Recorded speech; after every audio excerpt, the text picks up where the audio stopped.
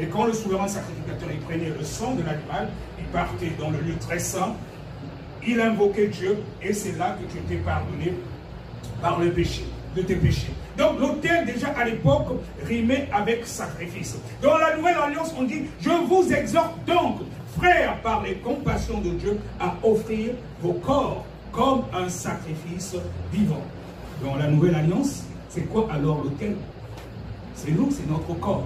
Je vous exhorte donc, frères, par les compassions de Dieu, à offrir vos corps comme un sacrifice vivant, saint, agréable à Dieu, ce qui sera de votre part un culte raisonnable.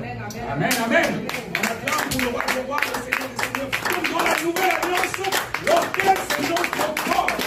C'est notre corps qui doit être sanctifié pour que notre culte soit raisonnable. Il y en a qui disent que Dieu regarde le cœur, il ne regarde pas le corps. Et c'est pour cela que deux fois, beaucoup, ils ont des possessions démoniaques qui peuvent être des serviteurs ou servants de Dieu. Quand ils vont continuer avec cet évangile que Dieu ne regarde que le cœur, il ne regarde pas le corps, ils ne verront pas justement la puissance de Dieu. On dit, je vous exhorte donc, frères, par les compassions de Dieu, à offrir vos corps comme un sacrifice vivant, saint, agréable à Dieu. Notre corps est le temple du Saint-Esprit. Ça veut dire que Dieu vient maintenant habiter en nous.